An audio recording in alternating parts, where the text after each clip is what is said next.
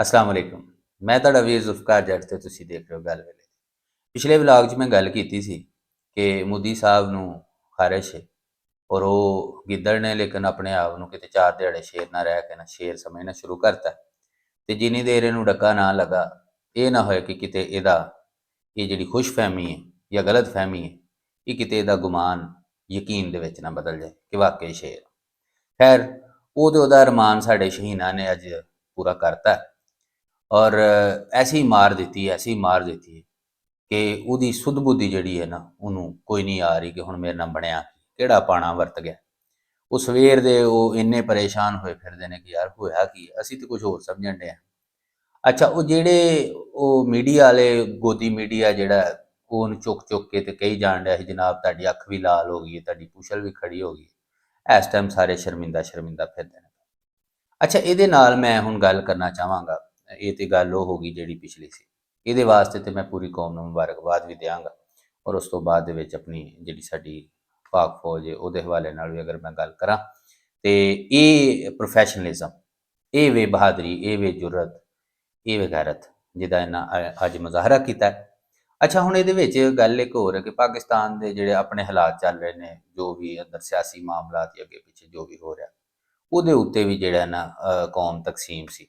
ਇਸ ਜੰਗ ਨੇ ਸਾਰਿਆਂ ਨੂੰ ਇਕੱਠਿਆਂ ਕਰ ਛੜਿਆ ਔਰ ਇਹ ਬੜੀ ਵੱਡੀ ਗੱਲ ਹੈ। ਲੇਕਿਨ ਇਸ ਸਾਰੀ ਸੂਰਤ ਹਾਲ ਦੇ ਬਾਵਜੂਦ ਸਾਡੇ ਜਿਹੜੇ ਕੁਝ ਲੋਕ ਨੇ ਜਿਹੜੇ ਨਾਕਬੰਦ ਦੇਸ਼ ਜਿਨ੍ਹਾਂ ਨੂੰ ਨਜ਼ਰ ਨਹੀਂ ਆ ਰਿਹਾ ਜਾਂ ਕੰਧ ਦੇ ਅਗਲੇ ਪਾਸੇ ਵੇਖਣਾ ਨਹੀਂ ਚਾਹੁੰਦੇ ਉਹ ਅੱਜ ਵੀ ਇਸ ਚੀਜ਼ ਦੇ ਉੱਤੇ ਬਜ਼ਿੱਦ ਨੇ ਕਿ ਕਿਸੇ ਤਰੀਕੇ ਦੇ ਨਾਲ ਕੌਮ ਤਕਸੀਮ ਹੀ ਰਹੇ। ਹਰ ਗੱਲ ਮੈਂ ਕਰਾਂਗਾ ਉਹਨਾਂ ਲੋਕਾਂ ਦੀ ਜਿਹੜੇ ਹਰ ਵੇਲੇ 'ਚੋਂ ਆਪਣਾ ਫਾਇਦਾ ਚੁੱਕਣਾ ਚਾਹੁੰਦੇ ਨੇ ਉਹਨਾਂ ਦੀ। ਉਹ ਕਹਿੰਦੇ ਕੀ ਨੇ ਕਿ ਦੇਖੋ ਜੀ ਆ ਕੱਲ੍ਹ ਤੱਕ ਆ ਜਿਹੜੇ ਪੀਟੀਆਈ ਵਾਲੇ ਸਨ ਉਹਨਾਂ ਦੀ ਟਰਮੀਨਾਲੋਜੀ ਇਸਤੇਮਾਲ ਕਰਦੇ ਨੇ ਯੂਥੀਏ, ਇਹ ਜਨਾਬ ਨੱਸ ਕੇ ਤੇ ਉਹ ਫੌਜੀਆਂ ਦੇ ਖਿਲਾਫ ਤੇ ਇਹ ਤੇ ਉਹ ਸਾਰਾ। ਗੱਲ ਇਹ ਵੇ ਕਿ ਐਸਾ ਕੁਝ ਵੀ ਨਹੀਂ ਹੈ। ਅਸਲ ਕਹਾਣੀ ਇਹ ਵੇ ਕਿ ਦੇਖੋ ਅੱਜ ਉਹਨਾਂ ਨੇ ਜਿਹੜਾ ਕੰਮ ਕੀਤਾ ਨਾ ਅਸਲ ਉਹਨਾਂ ਦਾ ਕੰਮ ਇਹ ਹੀ ਹੈ। ਤੇ ਜਦੋਂ ਕੋਈ ਵੀ ਪ੍ਰੋਫੈਸ਼ਨਲ ਆਦਮੀ ਜਿਹੜੇ ਵੀ ਸ਼ੋਬੇ ਦਾ ਹੋਏ ਉਹ ਆਪਣੇ ਕੰਮ ਦੇ ਵਿੱਚ ਜਦੋਂ ਮਹਾਰਤ ਵਿਖਾਉਂਦਾ ਨਾ ਤੇ ਉਹਨੂੰ ਦਾਦ ਮਿਲਦੀ ਹੈ, ਉਹਨੂੰ ਦੁਆਵਾਂ ਵੀ ਮਿਲਦੀਆਂ, ਉਹਨੂੰ ਬੜਾ ਪਿਆਰ ਮਿਲਦਾ, ਬੜਾ ਮਾਣ ਮਿਲਦਾ। ਸਾਡਾ ਰੋਣਾ ਵੀ ਇਹ ਹੈ।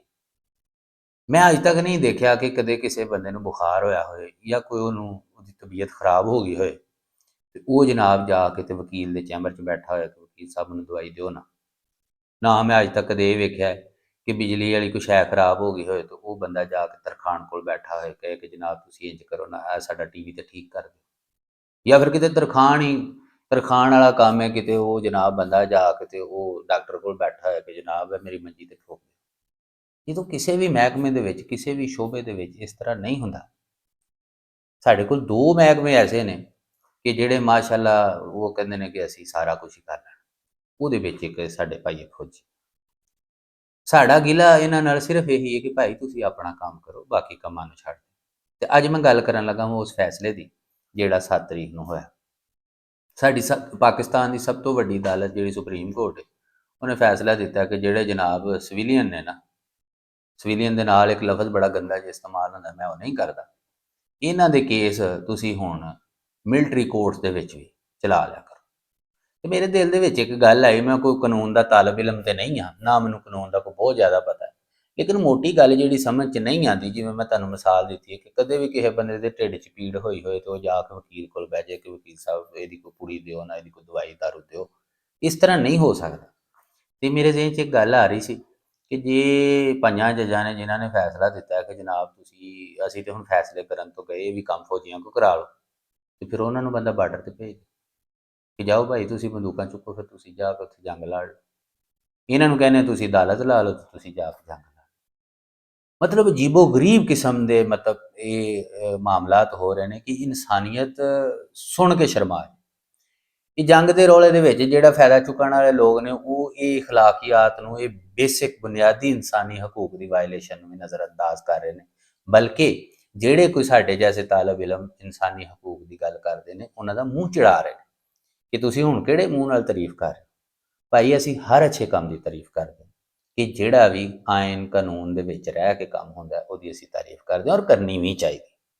ਅਸੀਂ ਕਦੇ ਵੀ ਨਹੀਂ ਚਾਹਾਂਗੇ ਕਿ ਸਾਡਾ ਫੌਜੀ ਜਿਹਨੇ ਬੰਦੂਕ ਚਲਾਣੀ ਹੈ ਉਹ ਖੇਤੀ ਕਰਦਾ ਸਾਨੂੰ ਨਜ਼ਰ ਆਏ, ਜਾਂ ਉਹ ਜਨਾਬ ਕੋਈ ਵੀ ਆਪਣਾ ਕਾਰਖਾਨਾ ਚਲਾਉਂਦਾ ਨਜ਼ਰ ਆਏ। ਅਸੀਂ ਚਾਹਾਂਗੇ ਕਿ ਉਹ ਬੰਦੂਕ ਚਲਾਉਂਦਾ ਹੀ ਨਜ਼ਰ ਆਏ।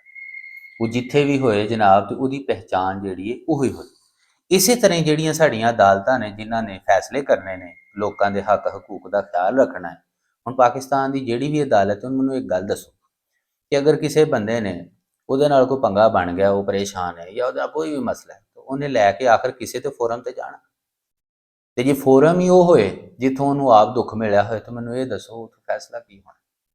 ਇਹਦਾ ਮਤਲਬ ਇਹ ਵੇ ਕਿ ਆ ਦੋ ਬੰਦੇ ਨਿਕਲ ਕੇ ਆਏ ਨੇ 2 ਸਾਲ ਨਾਹਕ ਜੇਲ੍ਹ ਕੱਟ ਕੇ, 2 ਸਾਲ ਮਿਲਟਰੀ ਦੀ ਕੈਦ ਦੇ ਵਿੱਚੋਂ ਹੋ ਕੇ ਆਏ ਨੇ, ਇੰਜ ਲੱਗ ਰਿਹਾ ਕਿ ਜਿਵੇਂ ਜੰਗੀ ਕੈਦੀ ਹੁੰਦੇ, ਵਾਲ ਵਧੇ ਨੇ, ਬੁਰੇ ਹਾਲ ਤੇ ਬਾਂਕੇ ਦਿਹਾੜੇ।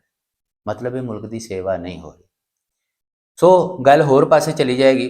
2-3 ਚੀਜ਼ਾਂ ਮੈਂ ਗੱਲਾਂ ਕਰਨੀਆਂ ਚਾਹਾਂਗਾ। ਇੱਕ ਇਹ ਕਿ ਭਾਈ ਜੀ ਦਾ ਜਿਹੜਾ ਕੰਮ ਹੈ ਉਹਨੂੰ ਕਰਨਾ ਚਾਹੀਦਾ, ਔਰ ਉਹਨੂੰ ਹੀ ਕਰਨਾ ਚਾਹੀਦਾ, ਦੂਜੇ ਨੂੰ ਨਹੀਂ ਕਰਨਾ ਚਾਹੀਦਾ। ਦੂਸਰੀ ਗੱਲ ਕਿ ਤੁਹਾਡੇ ਮੁਲਕ ਨੂੰ, ਤੁਹਾਡੀ ਰਿਆਸਤ ਨੂੰ ਚਲਾਉਣ ਵਾਸਤੇ ਜਿਹੜਾ ਇੱਕ ਦਸਤੂਰ ਦਿੱਤਾ ਗਿਆ, ਜਿਹੜੇ ਦਸਤੂਰ ਦੇ ਉੱਤੇ ਪੂਰੀ ਕੌਮ ਮੁਤਫਿਕ ਹੈ, ਉਸ ਦਸਤੂਰ ਦੇ ਮੁਤਾਬਕ ਹੀ ਰਿਆਸਤ ਨੂੰ ਚੱਲਣਾ ਚਾਹੀਦਾ। ਅਗਰ ਤੇ ਉਸ ਦਸਤੂਰ ਦੇ ਵਿੱਚ ਇਹ ਕਿਹਾ ਗਿਆ ਕਿ ਕੋਈ ਵੀ ਇੱਕ ਫੌਜੀ ਸਾਹਿਬ ਜਿਹੜੇ ਨੇ ਉਹ ਪੂਰੇ ਮੁਲਕ ਦੀ ਬਾਗਡੋਰ ਸੰਭਾਲ ਸਕਦੇ ਨੇ, ਉਹ ਸਿਆਸੀ ਹੋਏ, ਸਮਾਜੀ ਹੋਏ ਜਾਂ ਫਿਰ ਤਜਾਰਤੀ, ਸਾਰੇ ਫੈਸਲੇ ਉਹਨਾਂ ਕਰਨੇ, ਸਤ ਬਿਸਮਿਲ੍ਲਾ। ਤੇ ਜੇ ਉਸ ਦਸਤੂਰ ਦੇ ਵਿੱਚ ਇਹ ਲਿਖਿਆ ਕਿ ਆਵਾਮ ਨੂੰ ਆਪਣੇ ਨੁਮਾਇੰਦੇ ਚੁਣਨ ਦਾ ਹੱਕ ਹੈ, ਔਰ ਆਵਾਮ ਹੀ ਆਪਣੇ ਬਾਰੇ, ਆਪਣੇ ਮੁਲਕ ਦੇ ਬਾਰੇ ਫੈਸਲੇ ਕਰ ਸਕਦੀ ਹੈ, ਤੇ ਫਿਰ ਅਵਾਮੀ ਫੈਸਲਿਆਂ ਦਾ ਵੀ ਇਹਤਰਾਮ ਹੋਣਾ ਚਾਹੀਦਾ। ਸੋ ਗੱਲ ਇਹ ਨਹੀਂ ਕਿ ਜਦੋਂ ਤੁਸੀਂ ਇੱਕ ਕਾਨੂੰਨ ਦੇ ਦਾਇਰੇ ਦੇ ਵਿੱਚ ਰਹਿ ਕੇ ਉਸ ਕਾਨੂੰਨ ਦਾ ਇਹਤਰਾਮ ਕਰਦਿਆਂ ਹੋਇਆਂ ਕਿਸੇ ਵੀ ਰਿਆਸਤ ਨੂੰ ਡੀਲ ਕਰਦੇ ਹੋ, ਤੇ ਫਿਰ ਦੁਨੀਆ ਵੀ ਤੁਹਾਡੀ ਇੱਜ਼ਤ ਕਰਦੀ ਹੈ ਤੇ ਤੁਹਾਡੀ ਆਵਾਮ ਵੀ ਤੁਹਾਡੀ ਇੱਜ਼ਤ ਕਰਦੀ ਹੈ। ਬਾਕੀ ਰਹੀ ਗੱਲ ਜੰਗ, ਹਾਲਾ ਮੁੱਕੀ ਕੋਈ ਨਹੀਂ। ਸੁਣਿਆ ਹੈ ਕਿ ਸੀਜ਼ ਫਾਇਰ ਹੋ ਗਈ ਹੈ, ਉਹ ਟਰੰਪ ਸਾਹਿਬ ਨੇ ਜਿਹੜਾ ਕਿਹਾ, ਤੇ ਲੇਕਿਨ ਬਾਅਦ ਦੇ ਵਿੱਚ ਵੀ ਠਾਪਾ ਚੱਲ ਰਹੀ ਹੈ।